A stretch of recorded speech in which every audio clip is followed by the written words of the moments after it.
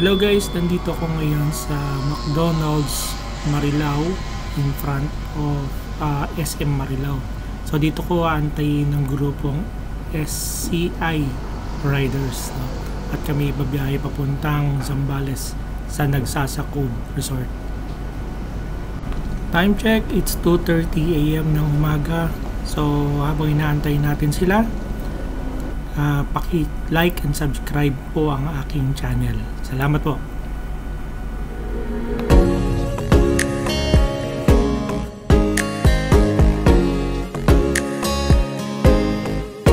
A few moments later. Ito sir, yan yung malaki sir, yan. Yan. Jay. Okay.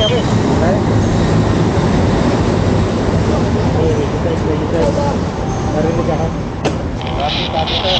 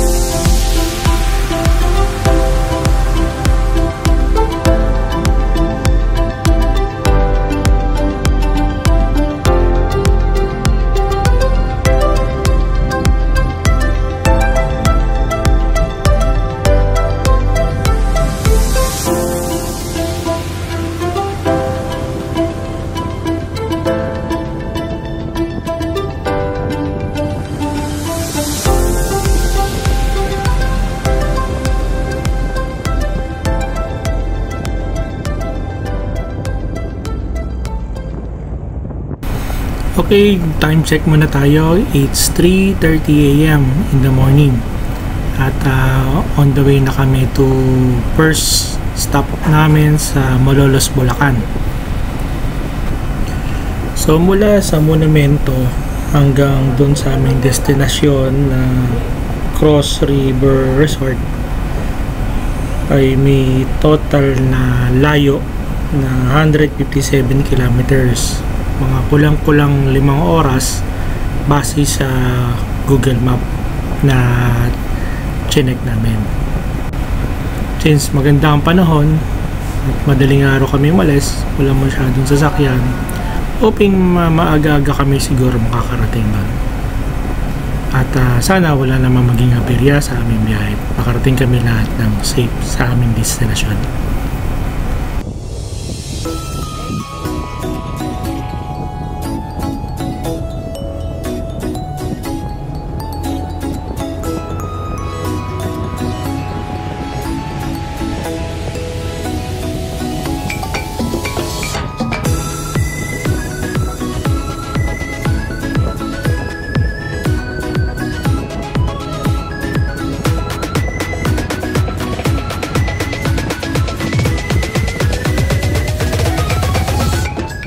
A few moments later. Dito na kami, malapit na kami sa Robinson.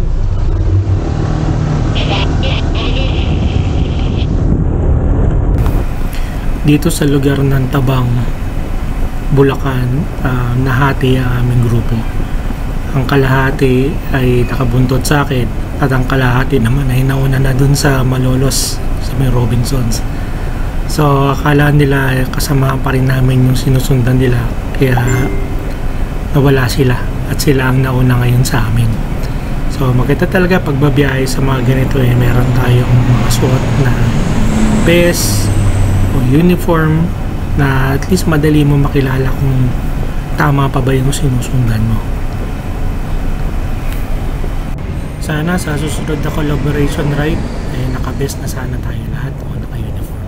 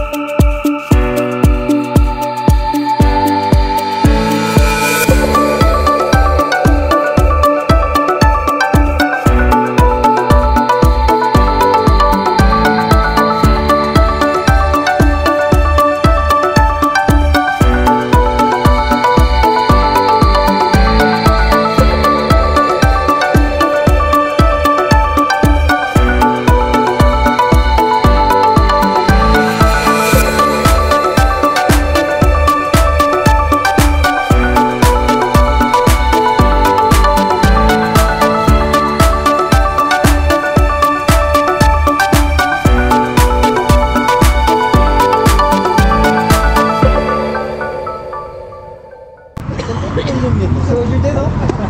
Mga gusto umihi, may soju rito. Dito.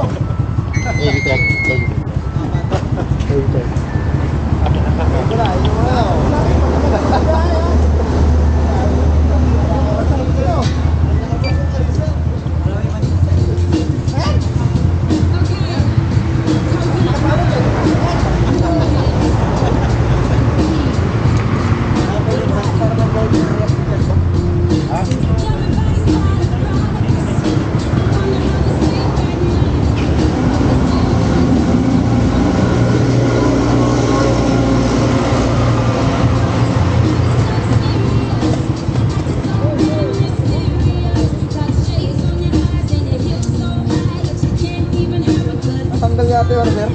Tanggal yung order.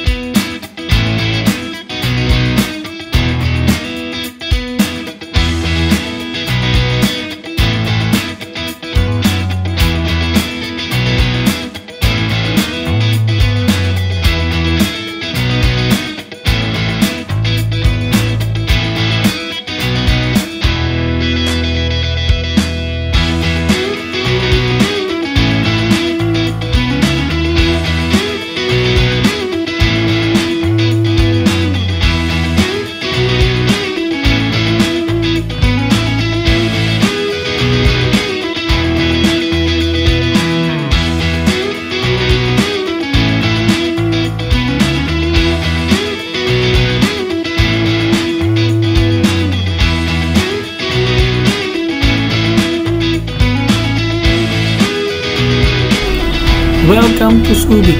Ayan, nakarating din kami dito ang aking mga kasamahan na SCI Riders. At dala pala natin ngayon si Venture ADB natin, no? So, binreaky na rin natin to papunta dito sa Zambales.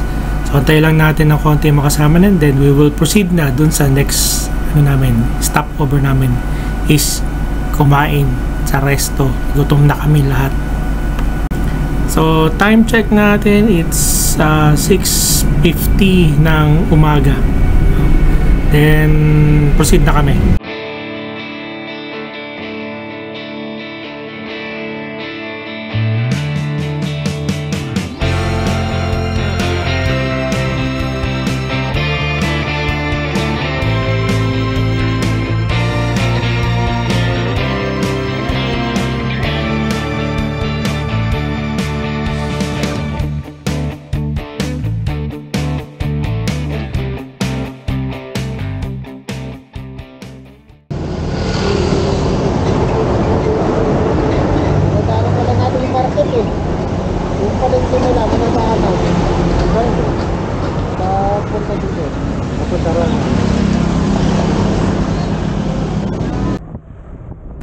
Ayan, kakatapos lang namin mag-breakfast. Busog na naman ang aming mga tiyan at naka-recharge na kami ng maayos. So, proceeding na kami dun sa aming destination, no? Dito nga pala sa ano ba tong lugar na to? At Subic pa rin ito eh. So, ang ganda pa rin ng mga tanawin na nakikita namin dito. Nakaka-relax. At mga ilang minuto o mga 30 minutes baka nandoon na kami siguro sa aming destinasyon. Gusto kong i-shoutout ang mga kasama ko sa URCP, United Riders Club Philippines, North Caloocan Chapter, at sa mga friends natin sa Venture ADB Group. At ang mga kasamahan ko rin na hindi nakasama sa TBS Riders. So, ayan, nasa likod ko ulit ang mga SCI Riders. Ako kasi nagli-lead, kaya ako nasa una. Kaya ako mostly ang mga maraming video o picture. I think malapit na kami sa bayan ng Castillejos. Ito yung bayan bago dun sa San Antonio, Zambales na pupuntahan namin.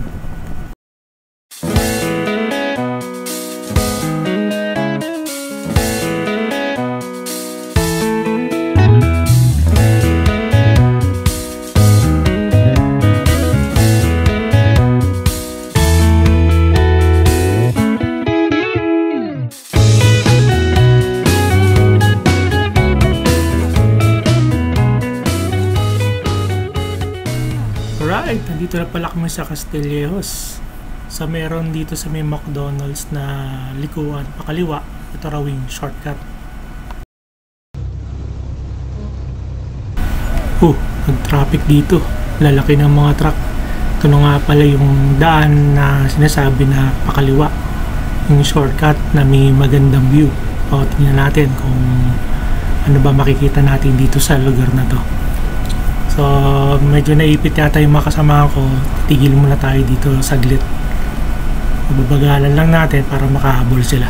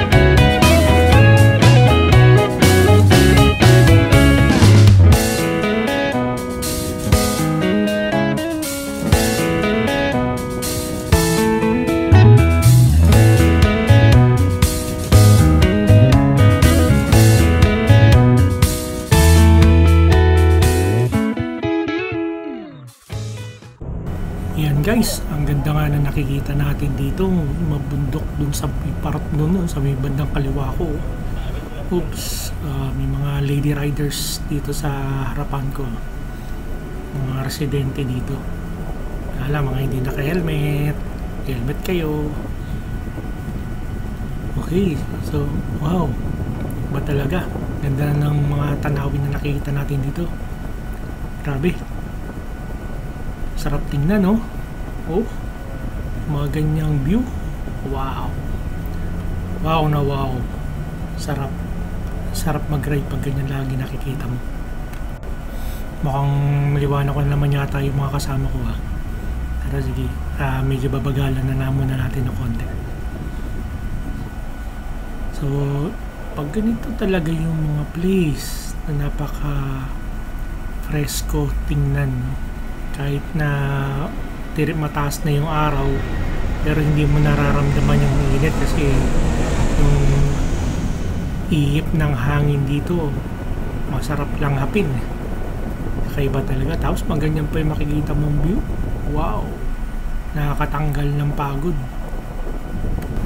I think yung pupuntahan namin dyan sa may bundok na yan, sa may gilid na yan, dyan yung mga sakayan ng bangka papunta dun sa Manawangin, Nagsasa, at iba pang mga beach resort dun dito sa Zambales.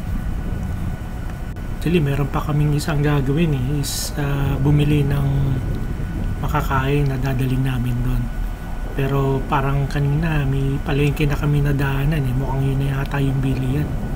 Hindi ko alam sa part na to kung meron pa ba kami mabibilan. Siguro doon sa may bandang bayan, meron siguro. Pero tingnan natin kung ano yung makikita natin at kung mura lang ba. Kung kailan malapit sa dagat, hope magmura. Pero since marami kasi mga turista pumupunta dyan, baka medyo mahal na rin ang presyo. Ayan guys, tingnan nyo sa kaliwa ko. Wow, ang ganda, ganda ng mga bundok. Tapos mapuno, walang dumadaan. Tingnan mo, tamo sa bandang kaliwa ko. Talaga mapapatingin ka talaga sa ganda ng bundok dito. Grabe, ganda. Ang ganda pa ng kalye. Sa mga hindi nakasama, shoutout sa inyo. Sayang, no? Ang ganda dito sa lugar na to, hindi kayo nakasama. Pero next time pa naman, huwag kayong mag-alala.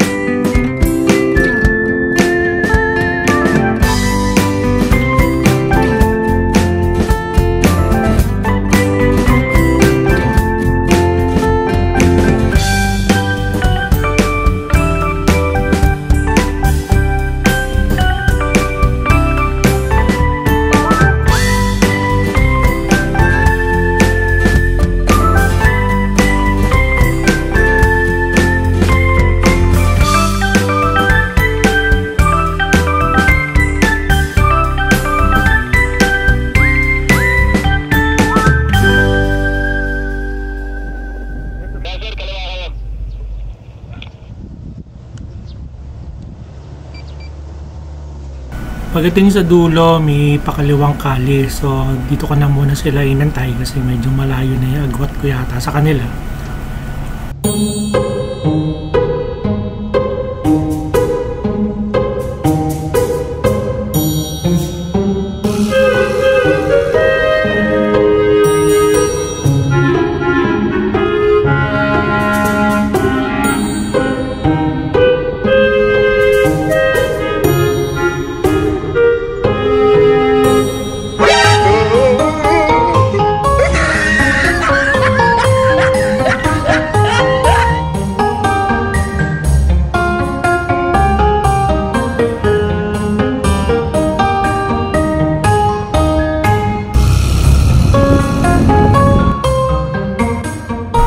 Ito na pala yung pakaliwa, dito sa may dalawang malaking bahay yung papuntang Pondakit. Malapit na nga tayo guys. Here we go, excited na kami. Here we go.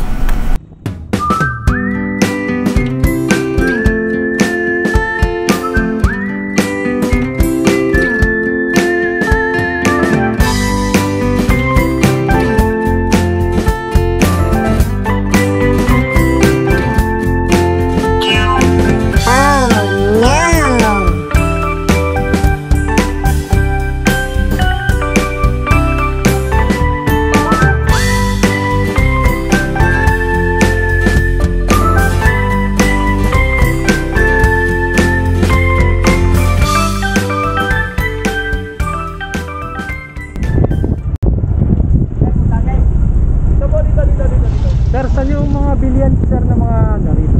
Mga isda? Meron din dyan, dito, sir. sir. Bakit? Kompleto na dyan, sir. Ah, okay. Sige sir, thank you.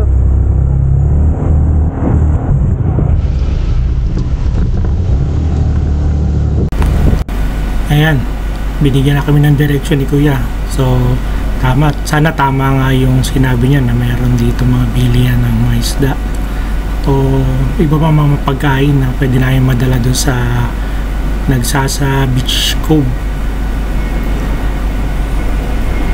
Pero kasi medyo tanghali na rin eh. Baka wala rin kami siguro mabibilan dito. Baka pahirapan na siguro. Kung meron man siguro, mga luto-luto na lang siguro meron. Pero tingnan natin kung ano ba makikita natin. Let's go!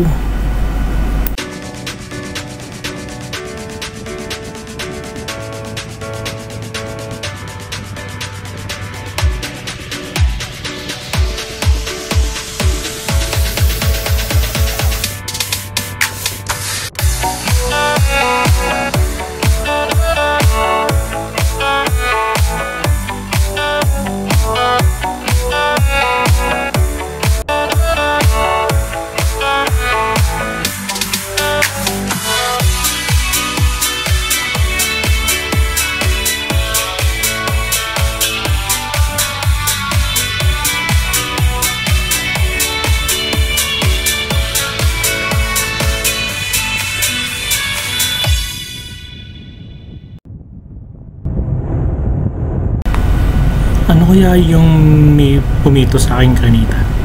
Kaya pumipito yun. Tingnan. Antayin natin makasama natin. Tanong natin.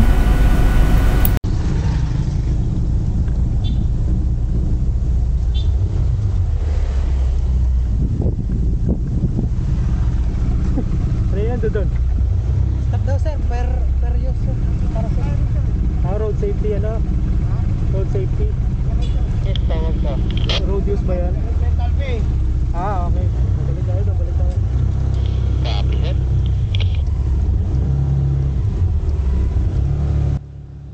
Meron pala kami nalagpasan environmental fee na naniningil dito sa area.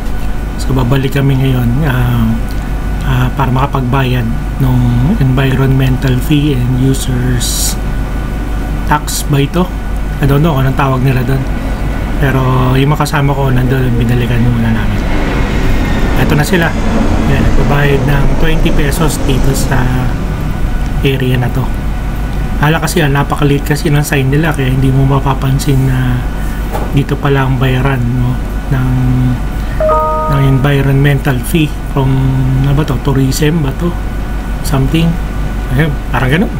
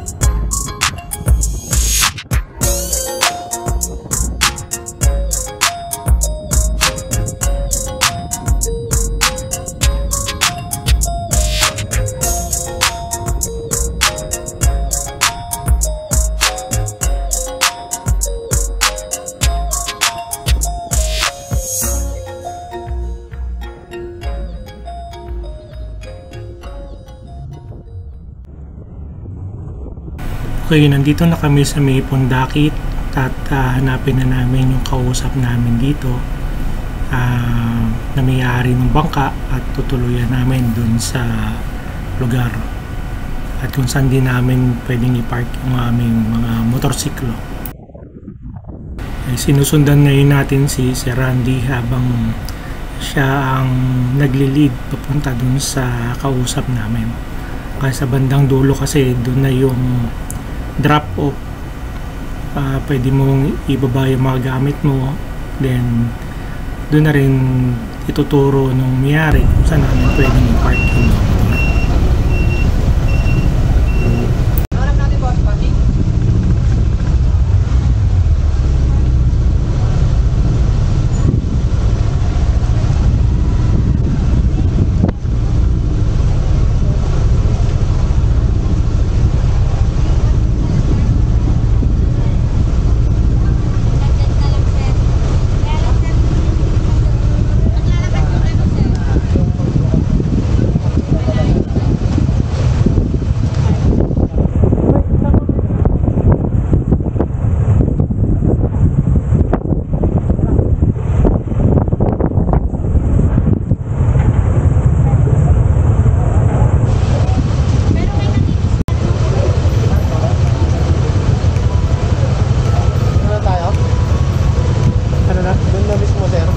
Doon na?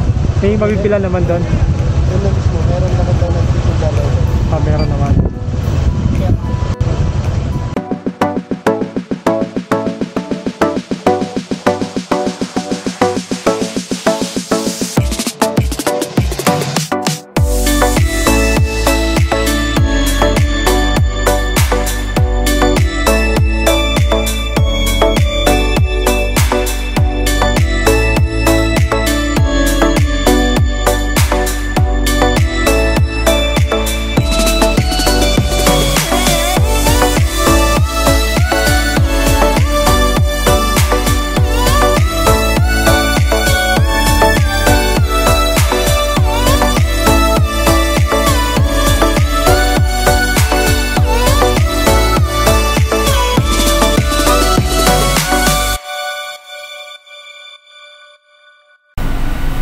Malayo din pala itong bahay na pagpaparka namin, at nasa na kaya yung mga kasama ko. Tama pa kaya itong dinadaan ako, parang naliligaw na yata ako. Pero sige, pag di natin nakita, balik na lang tayo kung ano yung mga dinaanan natin kanina. Dito rin tayo pabalik. Ngayon natin, baka nandito sa bandang dulo. Tingnan natin kung aling bahay kaya rito. Kaya sila, hindi ko makita. Natin sa bandang dulo, baka nandoon. Nasa na kaya yung mga kasama ko? Doon nga hindi ko pa nakikita. Kahit isa sa kanila, wala akong mapansin. Kaya diretsoin ko nga muna to. Baka sakali. Saan na kayo? Diretso lang ako. Wala pa rin dito, babalik na ako. Ay, ayun. Nakita ko din sa wakas. Dito lang pala sila. Layo.